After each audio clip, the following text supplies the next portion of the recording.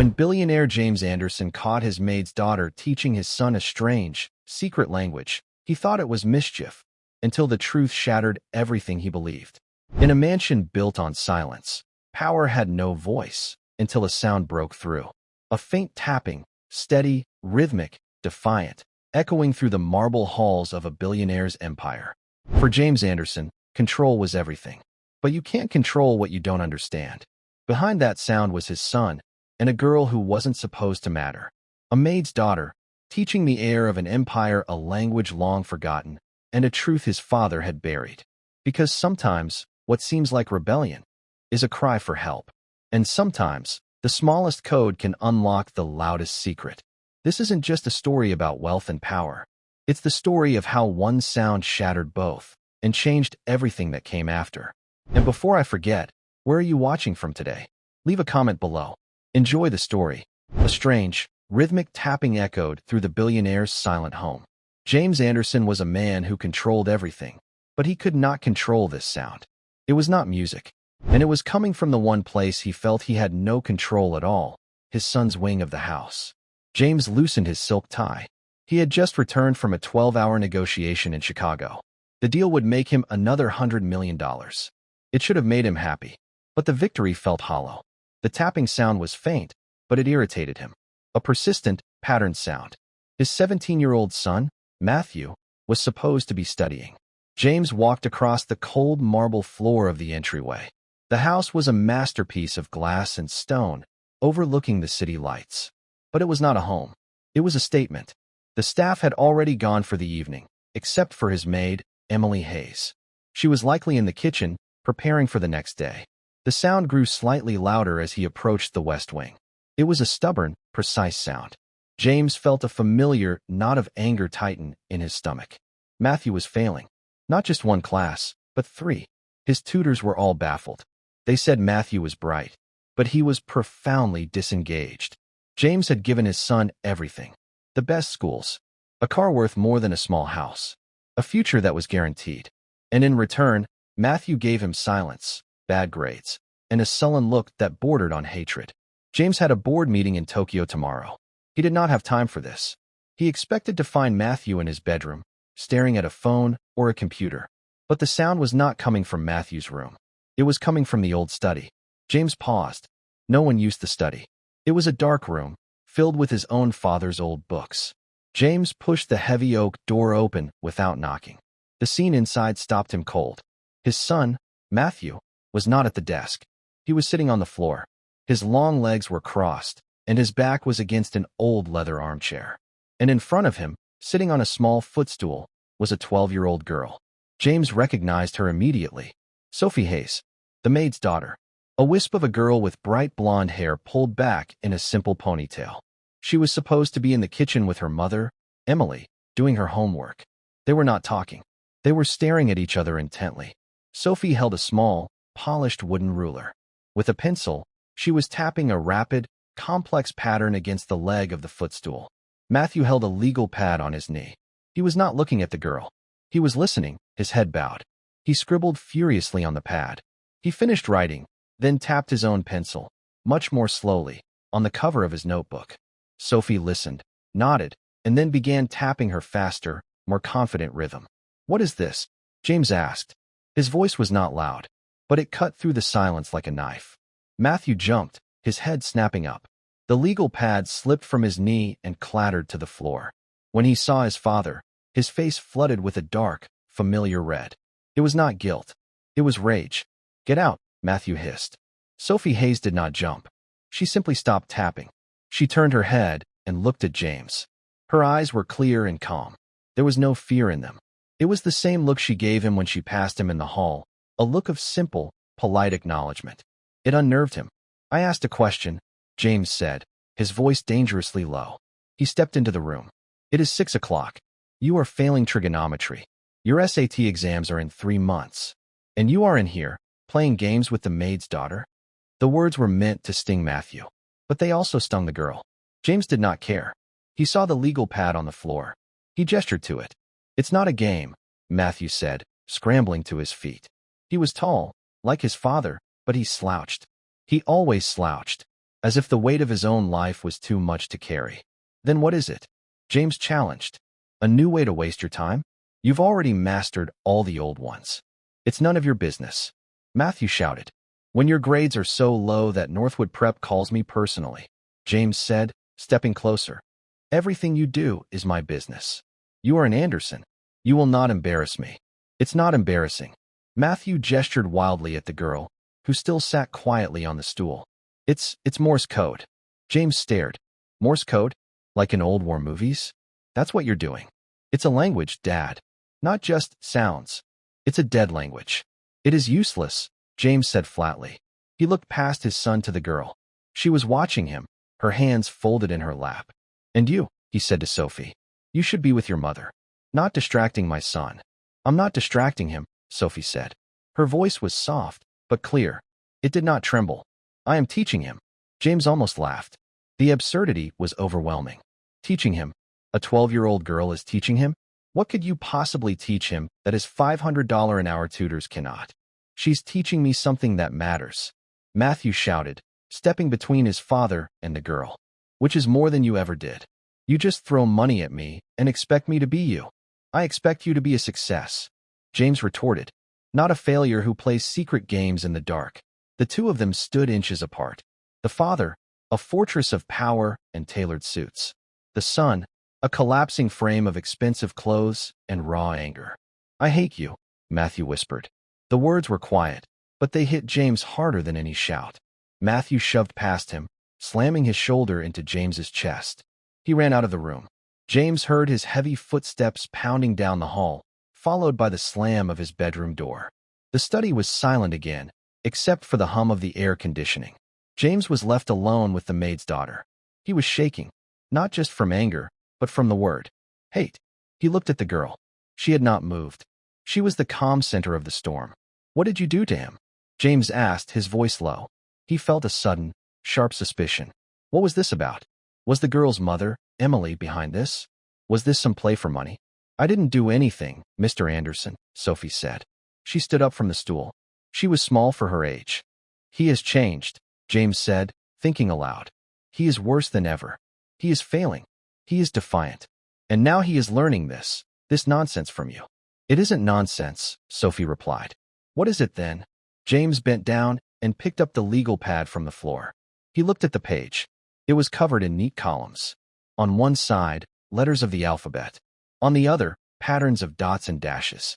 Below that, Matthew had been practicing, writing out words and their corresponding code. James saw the last line Matthew had written. Do not forget. James read aloud, his voice sharp with suspicion. What is this? What are you planning? We are not planning anything, sir, Sophie said calmly. Then why this? Why Morse code? The girl looked at the pencil and ruler in her hand, then back at James. My great-grandfather was a soldier, she said quietly. A legendary war veteran. He said this code saved his life. He said most people look, but they don't see. Most people listen, but they don't hear. She looked James directly in the eye.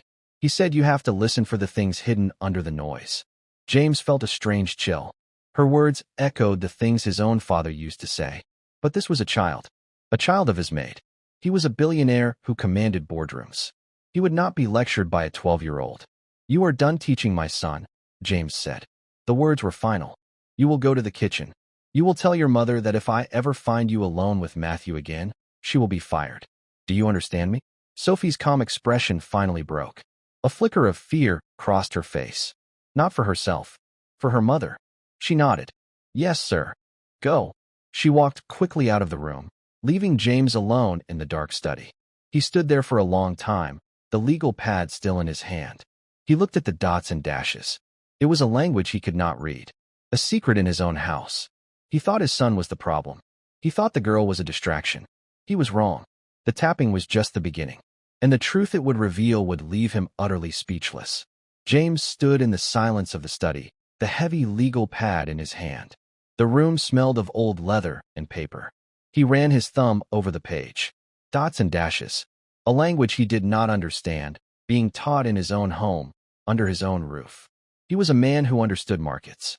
He understood leverage, risk, and return on investment. He could look at a spreadsheet and see the future of a company. He looked at this page and saw nothing but a jumble of marks. Do not forget. It felt like a threat, or a warning. He looked around the room.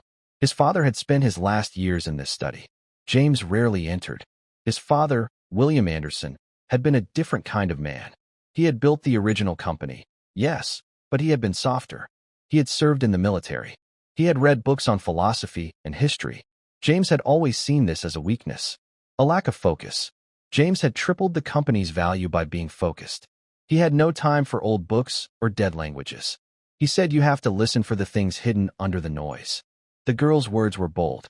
They were not the words of a servant's child. They were the words of someone who believed she knew something he did not. He felt the anger return, cold and sharp. He had been dismissed by his son and lectured by a 12-year-old. He tore the sheet of paper from the legal pad, folded it, and put it in the pocket of his suit jacket. Then he walked to the kitchen. The kitchen was on the other side of the mansion. It was a vast, stainless steel room, professional and clean. Emily Hayes was standing at the large central island, wiping down a marble countertop. She was a woman in her late 30s, with the same blonde hair as her daughter, though hers was tied in a tight bun. She was plain, efficient, and almost invisible. James had employed her for 3 years. He realized he had probably never spoken more than 10 words to her at a time. Emily, he said. She stopped wiping. She turned to him, her hands clasped in front of her. Mr. Anderson, do you need something, sir? Your daughter, Sophie. She was in the study with my son. Emily's face did not change, but James saw her hands tighten. A mother's reflex. Sir, she was supposed to be here with you. She finishes her homework, sir. I let her read in the library. She's very quiet. She was not reading, James said. He walked closer. He wanted to see if she was lying. She was with Matthew. They were engaged in some kind of secret game. Emily's brow furrowed. A game, sir? I don't think Sophie plays many games. They were using a code. Morse code. Your daughter was teaching him. At this, Emily's expression shifted. It was not guilt. It was recognition, and something like dread. Ah, she said, her voice dropping. That. So you knew? James said. It was an accusation. I knew she practices it, sir. It was her great-grandfather's. She trailed off, looking down at the counter. Her great-grandfather was a war veteran. She told me. James's voice was impatient. What does that have to do with my son? I don't know, sir. Emily looked back up at him. Her eyes were honest. I truly don't. Matthew, he found her practicing one day. In the garden. She taps on the bench. He asked her about it. And you allowed this to continue? Mr. Anderson, Emily said, and her voice was steady, though very quiet. Your son? He's a lonely boy. My daughter is a quiet girl. I thought they were just talking. I did not think it would be a problem. A lonely boy, James repeated. The words sounded like nonsense. He has tutors. He has a driver. He has access to anything he wants. He doesn't have any friends, sir, Emily said simply. The statement hung in the air. It was a fact. James knew it. The boys Matthew knew were sons of other men like James. They were competitors, not friends. That is not the point, James said, recovering. The point is, my son is failing in school. He is defiant. And I find him learning a useless code from your daughter. It is a distraction. It will stop. Emily nodded, her face pale. Yes, sir. I told Sophie that if I find her alone with him again, you will be dismissed. I am telling you the same thing. He watched her absorb the threat. He saw the slight tremor in her hands. She was a single mother. She needed this job. He knew it, and she knew he knew it. This was leverage. This was a language he understood. I understand, Mr. Anderson. It will not happen again, she said. Good. He turned to leave. Sir. He stopped and looked back. It isn't useless, Emily said. She was looking at the floor. The code. It isn't useless. It is to me. And it is to my son's future. My grandfather, Sophie's great-grandfather. He was a prisoner of war. For 2 years.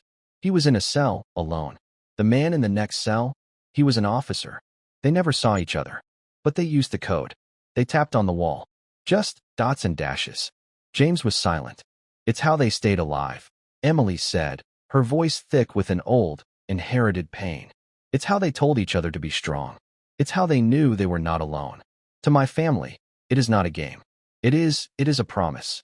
That you can be in the darkest place, and you can still find a way to speak. And someone will hear you. James looked at the woman. She had never spoken this much to him in 3 years. He had wanted to intimidate her. He had succeeded. But she had also, in her quiet way, shamed him. He left the kitchen without another word. He walked past the grand staircase and down the hall toward his own office. He heard a door close. He glanced back. Sophie was walking out of a small pantry, holding a cloth. She must have been inside, listening to the entire conversation. She looked at him. He expected to see tears or anger. He saw nothing but that same, unnerving, quiet gaze. She knew her mother's job was on the line. She knew he was the one holding the blade. And she just looked at him, as if he were a puzzle she was trying to solve. Then she walked over to her mother in the kitchen. James went into his office and shut the door. He sat at his desk, a single, massive piece of polished obsidian. His flight to Tokyo was in 8 hours. He had a video call with the board in 20 minutes. He opened his laptop.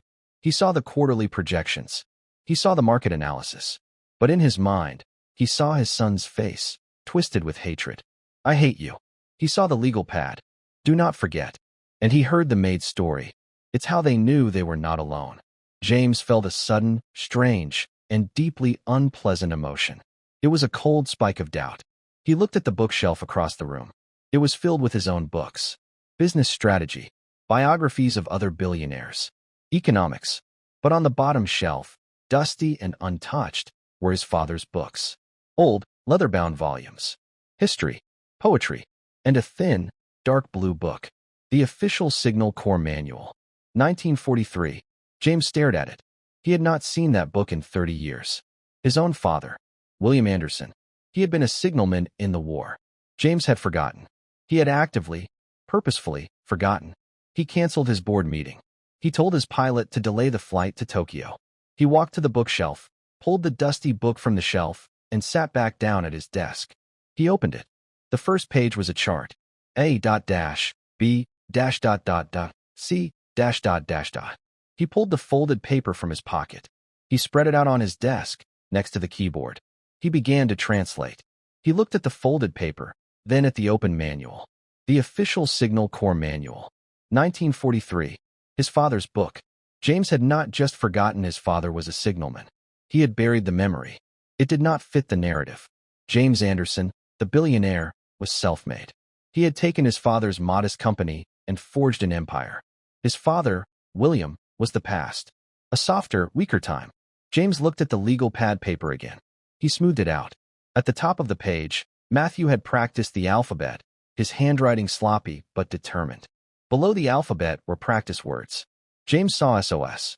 3 dots, 3 dashes, 3 dots. He saw help. A chill ran up his spine. This was not a game. It was a plea. Then he looked at the last line, the one he had overheard. He ran his finger along the page, translating letter by letter. Do not forget. Forget what? He thought back to the conversation in the study. Sophie's words. My great-grandfather was a soldier, a legendary war veteran. He said this code saved his life. He thought of Emily's words in the kitchen. He was a prisoner of war. For 2 years. It's how they knew they were not alone. James felt a deep, unfamiliar discomfort. He was a man of action. When a problem arose, he fixed it. He cut the limb. He bought the competitor. He signed the check. This was a fog. It was an emotion. He looked at the word help, written in his son's hand. He felt a spike of anger. The girl. This Sophie Hayes. She was filling his son's head with this melodrama, this history, this weakness. She was the problem. The connection had to be severed. Cleanly and completely. He closed the manual. He would not show his son that he had translated the code. That would be admitting it had value. He would solve this the way he solved everything. With authority. In his room, Matthew was lying on his bed, staring at the ceiling. His room was a catalog of expensive objects. A virtual reality headset, still in its box. A high-end gaming computer, its screen dark. A collection of guitars he never learned to play. Each one was a monument to his father's attempts to purchase a personality for him. He felt the rage burning in his chest. It was a familiar fire. But underneath it was a cold, desolate emptiness. When he was in the study with Sophie, the silence was different. It wasn't empty. It was full. He was learning something. Something real. Something that connected him to something. A history. A person. His father had burst in and shattered it. He had insulted Sophie. He had called Matthew a failure. Matthew got up and walked to his window. His room was in the West Wing. It overlooked the vast, dark gardens. Far across the lawn, he could see the warm lights of the kitchen. He knew Sophie and her mother were in there. He pictured Sophie's face. That calm, quiet intelligence. She had been afraid. Not of him, but of his father. Because of him. He picked up his phone. The screen lit up, showing a dozen unread texts from people he barely knew. He had no one to talk to. He threw the phone onto the bed. He clenched his fist. He thought about the code. He went to the window and pressed his finger against the cold glass. He tapped out a slow, desperate rhythm. 3 short taps. 3 long taps. 3 short taps. SOS. It was a silent message, sent into the darkness. He knew no one could hear it. He knew no one was listening. In the kitchen, the silence was heavy. Sophie was sweeping the floor, her small hands tied on the broom. Emily was polishing a set of silver goblets, her movements quick and angry. The metal clinked against the marble counter. "You heard him," Emily said. Her back was to her daughter. "Yes, Mama.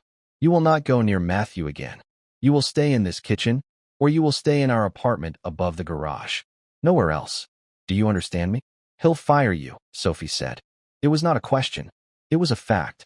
"He will," Emily said, stopping her work. "And we have nowhere to go. This job, this is everything, Sophie. This is your school. This is our home." "It's not fair," Sophie said, her voice small. "Matthew, he just wanted to learn. He's sad. Fair doesn't matter to men like Mr. Anderson," Emily said bitterly. "Power matters. He has it. We do not. We are the help, Sophie. You must never forget that. Great-grandpa was just help, wasn't he?" Sophie asked, leaning on the broom. "He was just a private.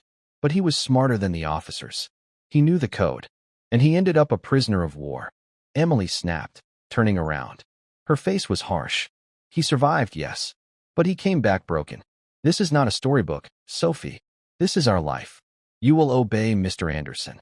"He wasn't broken," Sophie whispered after her mother had turned back to the silver. "He was just quiet." James left his office. He felt resolved. He had a new plan. He would reassert control. He walked down the hall to Matthew's room. He did not knock.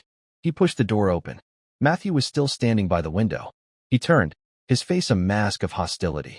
"What do you want now?" "We are going to fix this," James said. His voice was the one he used in the boardroom. Decisive. Final. "Fix what?" "Fix me." Matthew laughed, a short, harsh sound. "You've been trying to fix me for 17 years. Your grades. Your attitude. This, melancholy," James said, waving his hand dismissively. "I am canceling my Tokyo trip." Matthew's head snapped up. He looked genuinely surprised. "What? I am staying here. We are going to find you a new school. A better one." "A new school? I'm halfway through my junior year." "This one clearly isn't working," James said, walking into the room. "I'll call the board at Northwood. We'll find a place. A wilderness program. A boot camp. Something to build character." "A boot camp?" Matthew's voice cracked with disbelief. "You want to send me to a boot camp? Because I was learning Morse code. Because you are failing," James shouted, his composure finally breaking. "Because you look at me with contempt. Because you spend your time with the staff instead of preparing for your future. You are an Anderson. You will start acting like one." "And what is that?" Matthew challenged, stepping closer. He was almost as tall as his father now. "A cold, empty man who buys and sells everything? A man who threatens a single mother over nothing." James froze. "What did you say?" "I heard," Matthew said, his voice dropping to a low, shaking rumble. "I want to find Sophie. To apologize for you. I heard you in the kitchen. You threatened to fire Emily." James's face hardened. "That is a private matter between me and my employee." "No, that's because of me." Matthew shoved his father's shoulder. "You bully everyone, don't you? You bully your board, you bully your staff, and you bully me. And now you're bullying a 12-year-old girl." "That girl," James said, pointing a finger, "is a distraction. I have forbidden her from seeing you. Her mother understands the situation." "You didn't forbid her," Matthew said, his voice shaking with rage. "You threatened her. You threatened their home. I did what was necessary." "You're a coward," Matthew whispered. James slapped him. The sound echoed in the huge, sterile room. It was sharp and final. Matthew did not cry out. He did not flinch. He just stood there, touching his cheek. A red mark was already rising on his pale skin. He looked at his father. The anger in his eyes was gone. It had been replaced by something worse. A cold, dead certainty. "You will never, ever understand," Matthew said quietly. He walked past his father, out of the room. "Matthew, where are you going?" James yelled, moving after him. Matthew didn't answer. He ran down the hall, taking the grand staircase 2 steps at a time. "Matthew, stop. The gates are locked," James bellowed, following him. James reached the massive front door. It was standing open. He looked out into the night. He saw Matthew disappear around the side of the house, heading for the service path that led to the gardens and the garage. James stopped in the doorway. He was breathing hard. His hand was stinging. He had just hit his son. He hadn't done that since Matthew was a small child. He looked at his hand. The hand that signed billion-dollar deals. The hand that crushed competitors. He had lost. In his own home, he had lost all control. The night was cold. He heard the wind in the trees. And then he heard another sound. A faint, rhythmic tapping. It was not a pencil. It was metal on metal. It was coming from the direction of the garage. James felt a cold dread. He ran out the door, across the lawn, into the night. James ran, his expensive leather shoes sinking slightly into the soft, perfectly manicured grass. The night air was cold. It cut at his face. He felt the sting of his own hand, the echo of the slap. He felt the blood pounding in his temples. He was a man who solved problems. He was running toward a problem, and he would solve it with fire. The sound got louder as he neared the large, detached garage. It was a structure that looked more like a modern art gallery than a place to park cars. Above it was a modest 2-bedroom apartment for the senior staff. For Emily and her daughter. The tapping was sharp. Clack, clack, clack, clack. It was metal on metal. James rounded the corner of the building. And he saw him. Matthew was not in the garage. He was standing on the gravel path beside it. He had picked up a small, heavy wrench from a nearby gardening cart. He was standing directly below the apartment window, reaching up and tapping the code onto the metal drain pipe that ran up the side of the wall. He was communicating with the girl, directly defying him. "Matthew!" James roared. His voice echoed off the stone wall. Matthew stopped tapping. He turned, his face pale in the light from the house. He held the wrench in his hand, gripping it like a weapon. "Go away," Matthew said. His voice was low and shaking. "You put that down. You are coming back to the house. Right now." James advanced on him. "No. I am not going to tell you again, Matthew. This ends now. You are done with this fantasy. You are done with that girl." A light flicked on in the apartment above them. A window slid open. "Matthew!" Sophie's small voice called down. She leaned out the window, her blonde hair catching the light. She looked small and frightened. "Sophie, go inside. Lock your door." Matthew shouted up at her. "Sophie, get your mother," James commanded. The girl disappeared from the window. "You see what you've done?" James said, jabbing a finger at his son. "You've brought this chaos into my home. You've dragged these people into it." "I brought this." Matthew laughed, a truly broken sound. "You did this. You couldn't stand it. You couldn't stand that I had one thing. One single thing in my life that wasn't from you. One thing that mattered." "Mattered?" "A child's game." "It's not a game." Matthew screamed, his voice cracking. It's about not being alone. Something you would never understand." He was echoing the maid's words. James felt a flash of pure rage. This was an infection. The girl and her mother, they had infected his son with these weak, sentimental ideas. The side door to the garage opened. Emily Hayes ran out, pulling a cardigan around her. She was in her pajamas. Her face was creased with sleep and panic. "Mr. Anderson." "Sir, please. What's happening?" she cried, looking from James to Matthew. "Matthew, what are you doing with that wrench?" "He's defying me, Emily," James said, his voice dropping to a dangerous, cold level. "He is out here, in the middle of the night, communicating with your daughter, after I explicitly forbade it." I didn't know, sir. I was asleep." Emily wrung her hands. Sophie, come down here." Sophie appeared at the door behind her mother. She was wearing a simple white nightgown. She looked tiny against the backdrop of the massive, dark house. "This is what I was talking about, Emily," James said. "This is the distraction. This is the poison. Please, sir," Emily begged. "She won't do it again. I won't let her. Please, Mr. Anderson, don't do this." "What's he doing?" Matthew asked, looking at Emily's terrified face. "What did he do?" "He threatened to fire her, Matthew," James said, his eyes locked on his son. "And now, I am going to do it. This is the consequence of your actions. Emily let out a small sob. No. Sir, please. I have nowhere. I have a child. You should have thought of that before you allowed your daughter to disrupt my family, James said. She didn't disrupt anything. Matthew shouted. He threw the wrench onto the gravel. It landed with a loud, metallic crunch. I did. I asked her. I begged her to teach me. She's smarter than all your stupid tutors. She's better than any of them. She's better than you. Matthew walked over and stood next to Emily and Sophie, facing his father. He was a boy, but in that moment, he looked like a man, shielding them. They are more of a family to me than you have ever been, Matthew said. The words were quiet, but they cut through the cold night air. That was it. That was the final betrayal. James looked at his son, standing there defending the maid and her child. He looked at the three of them, a strange, defiant little family, united against him. He had lost his son. The thought didn't make him sad. It made him furious. Emily, James said. His voice was flat, devoid of all emotion. You are fired. You and your daughter will be off this property by 9 o'clock tomorrow morning. I will have security escort you out. Mr. Anderson. God. No, please. Emily was openly crying now, her hand over her mouth. Matthew took a step forward. Dad. No. You can't. This is my fault. Punish me. Send me to the boot camp. I'll go. I'll go right now. Just don't do this to them. It is already done, James said. He looked at his son's desperate, pleading face.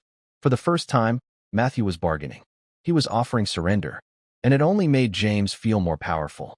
He had found the leverage, at last. No, James said again. You will learn. You will both learn. Actions have consequences. He looked past his son and his crying maid.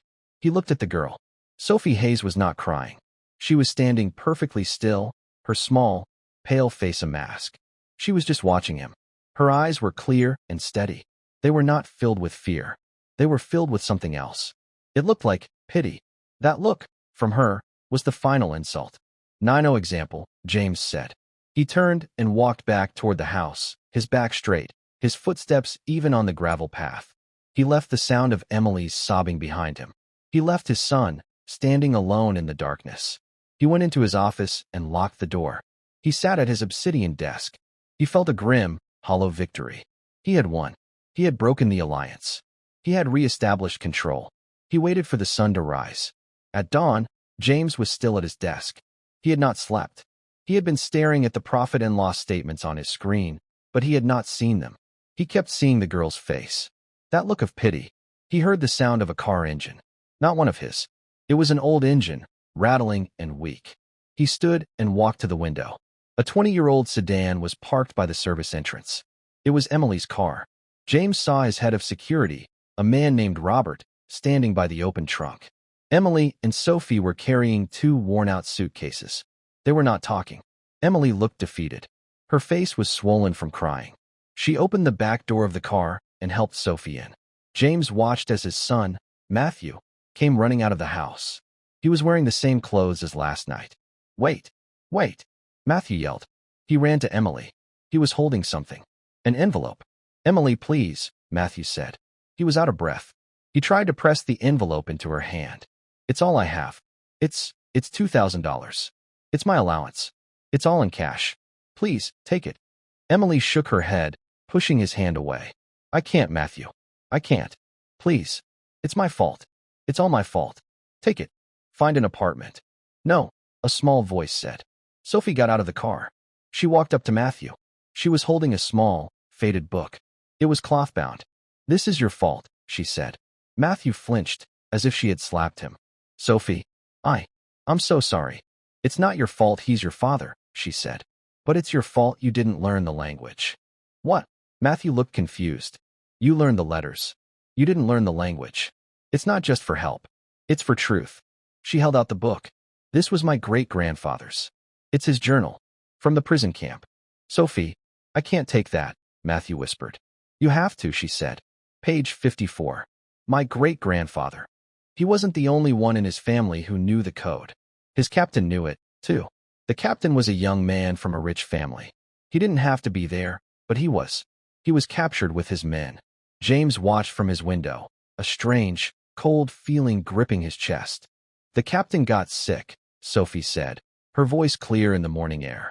He told my great-grandfather a secret, using the code. A message for his wife. But he died before he could get home. My great-grandfather, he tried to find the wife after the war. But she was gone. He said the message was a burden. A promise he couldn't keep. She pushed the book into Matthew's hands. What was the message?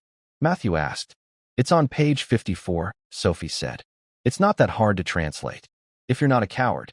She looked up, past Matthew, past the security guard, and straight at the window of James's office. She knew he was there.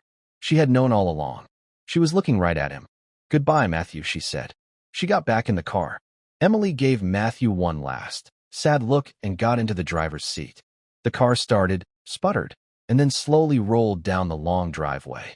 Matthew just stood there, holding the book. James watched until the car was gone. He looked at his son, a lone figure on the massive, empty driveway. He was filled with a sudden, terrible feeling. A legendary war veteran. A young captain from a rich family.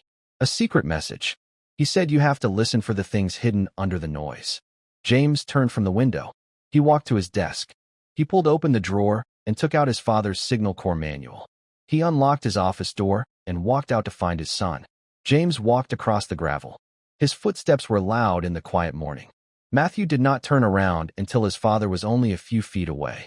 When he saw his father, his eyes were cold. Come to make sure I don't go with them? Matthew asked. His voice was raw. Don't worry. They wouldn't have me. Matthew, James said. He stopped. He did not know what to say. The words, I'm sorry, were foreign.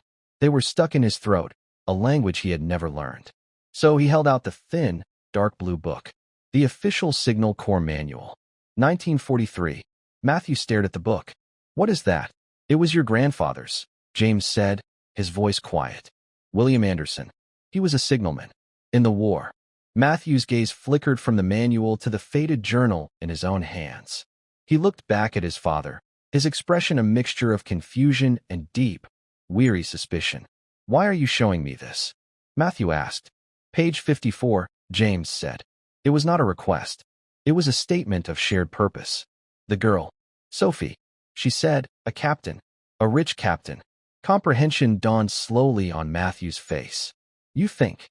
I don't know what I think, James said, and it was the most honest thing he had said in years.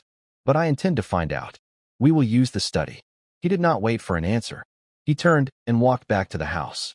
After a long moment, he heard his son's footsteps following him. The old study was just as he had left it, dim, silent, and smelling of leather. James turned on a single green banker's lamp on his father's old desk. The rest of the room remained in shadow. James laid the signal manual on the desk. Matthew stood beside him and placed the small, cloth-bound journal next to it. Matthew's hands were shaking slightly. He opened the journal. The pages were thin, almost like onion skin. The handwriting was small, tight, and incredibly neat. He turned the pages, past sketches of their prison cell, until he reached page 54. It was dated August 1944. In the wide right-hand margin, running from the top of the page to the bottom, was a single, thin column of dots and dashes. That's it, Matthew whispered. He pointed to the top of the journal entry. It began with a name. Captain W. A. is worse today. James felt his blood run cold.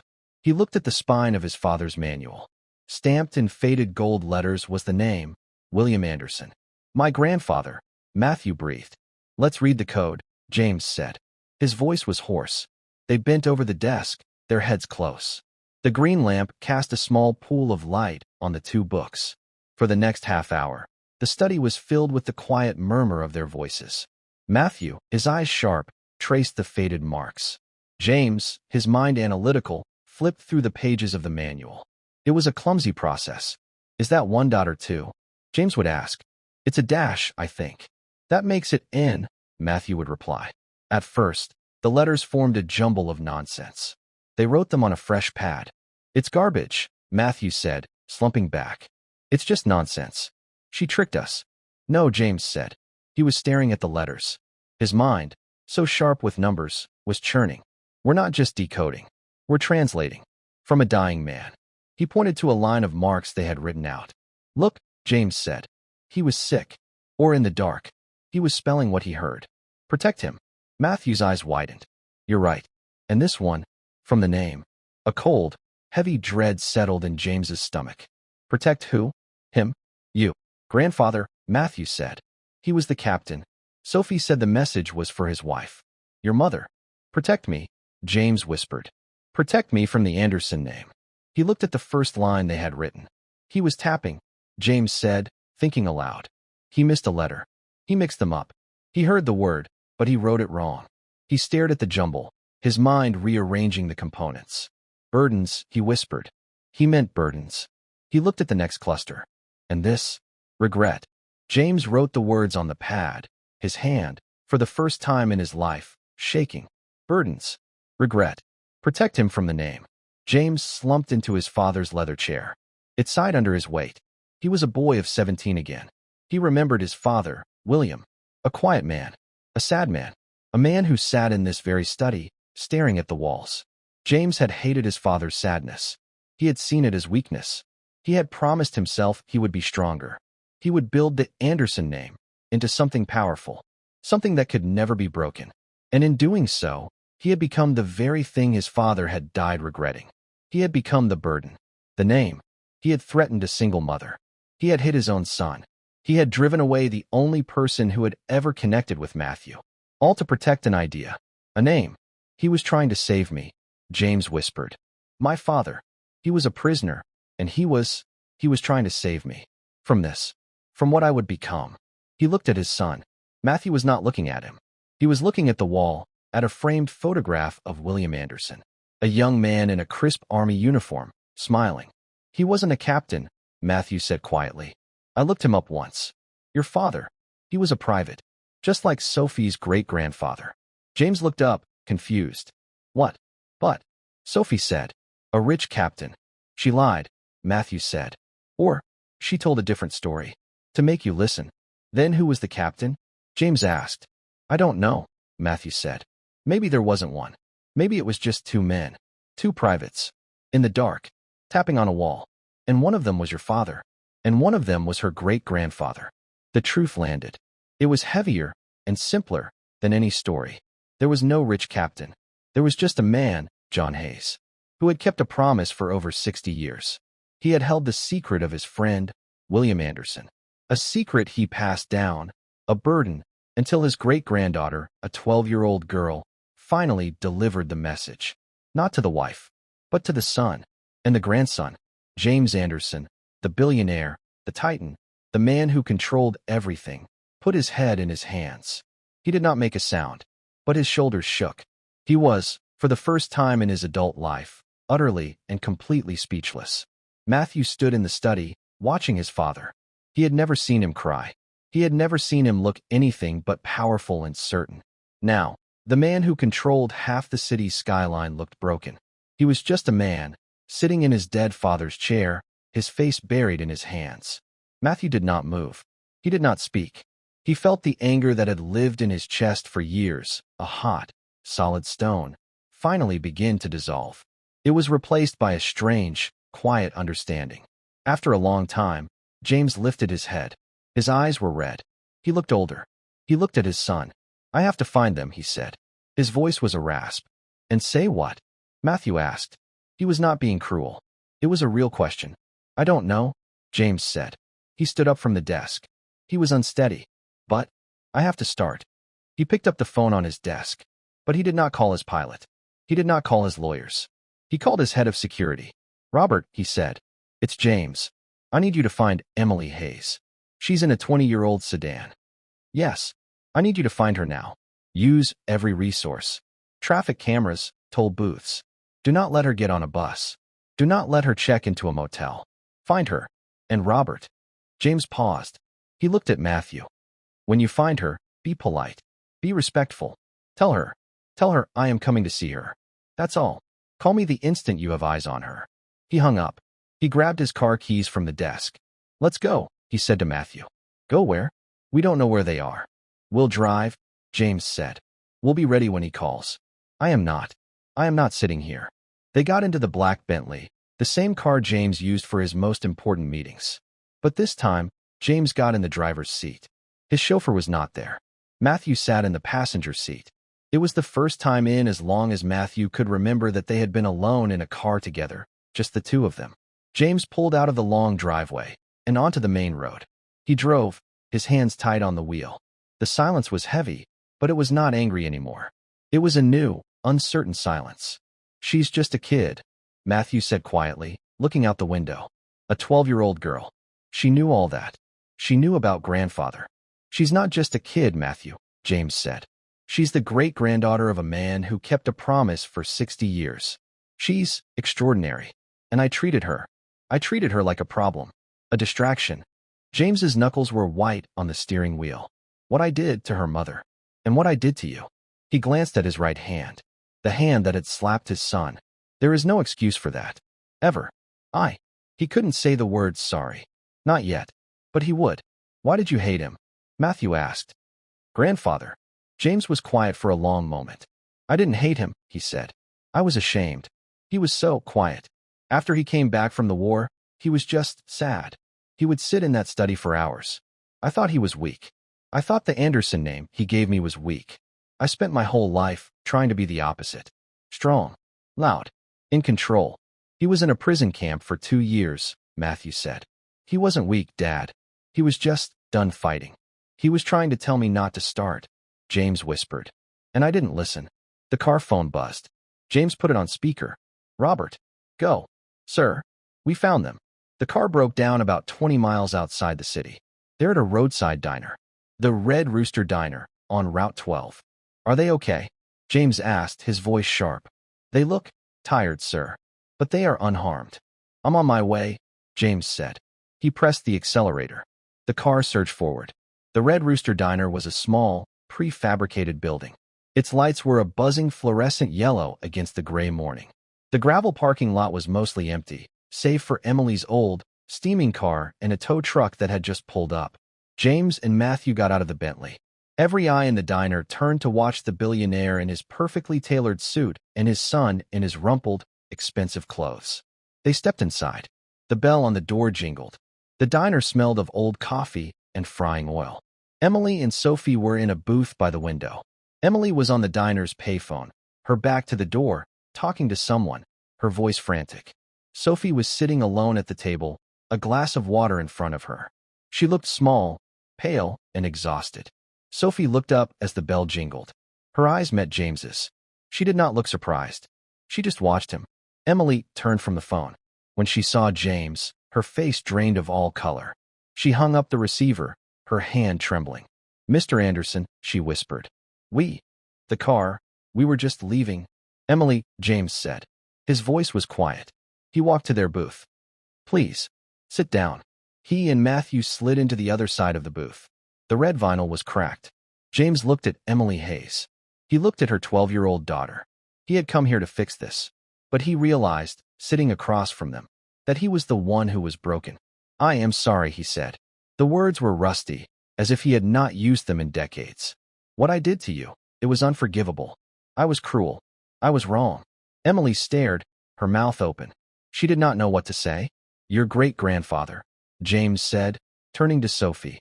"And my father, they were friends. They were heroes. You delivered a message that I needed to hear my entire life. And I punished you for it." He reached into his jacket.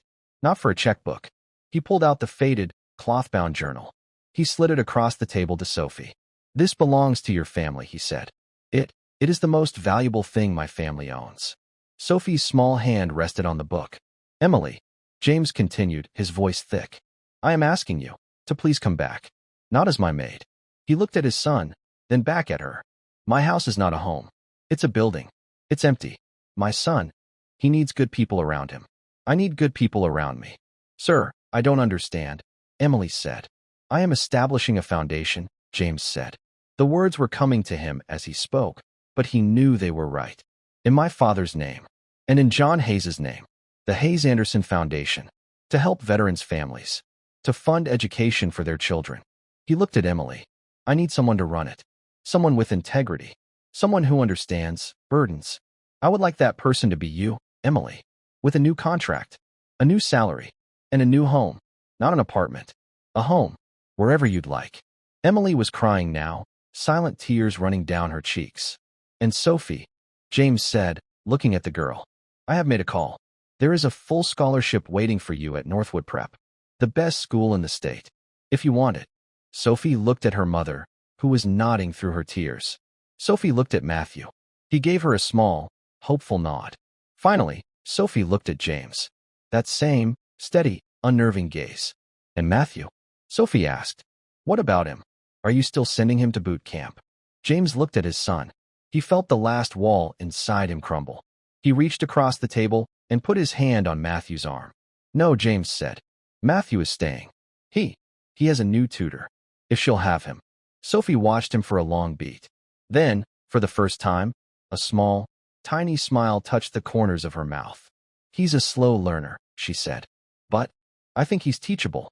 James let out a breath he felt he had been holding for 30 years. He nodded. "Robert is having your car towed. It will be repaired, or replaced, whichever you prefer. For now, let's go home." Weeks later, the old study looked different. The heavy curtains were pulled back. The windows were open. Sunlight streamed into the room, illuminating the dust motes dancing in the air. James Anderson stood in the doorway. He was not wearing a suit. He was in a simple sweater. On the floor, in a patch of sun, sat Matthew and Sophie. Between them was an old-fashioned Morse code practice key, which James had found in his father's desk. Matthew was tapping a slow, careful rhythm. Dot dash dot, dot, dot dot dash. Sophie listened, then tapped back a much faster, more complex message. Matthew laughed. "That's not what I asked." "I know," Sophie said. "I was correcting your grammar." James watched them. He did not interrupt. He just stood in the doorway and listened to the rhythmic tapping. It was a language he finally understood. It was not a code of war. It was not a secret of billionaires. It was the sound of a connection. The sound of two people, in the light, choosing to listen to each other. The sound of not being alone. He turned and walked quietly down the hall, leaving them in peace. And that's where we'll pause the story for now. I hope it gave you a few minutes to drift away from the noise of the day. Tell me where you were as you listened. Maybe on a porch, with a cup of tea, or unwinding for the night. I read every comment. If you'd like to hear more stories like this, a like and a subscribe help more than you imagine. And if you have feedback, I'd love to hear it. Thanks for spending this time here.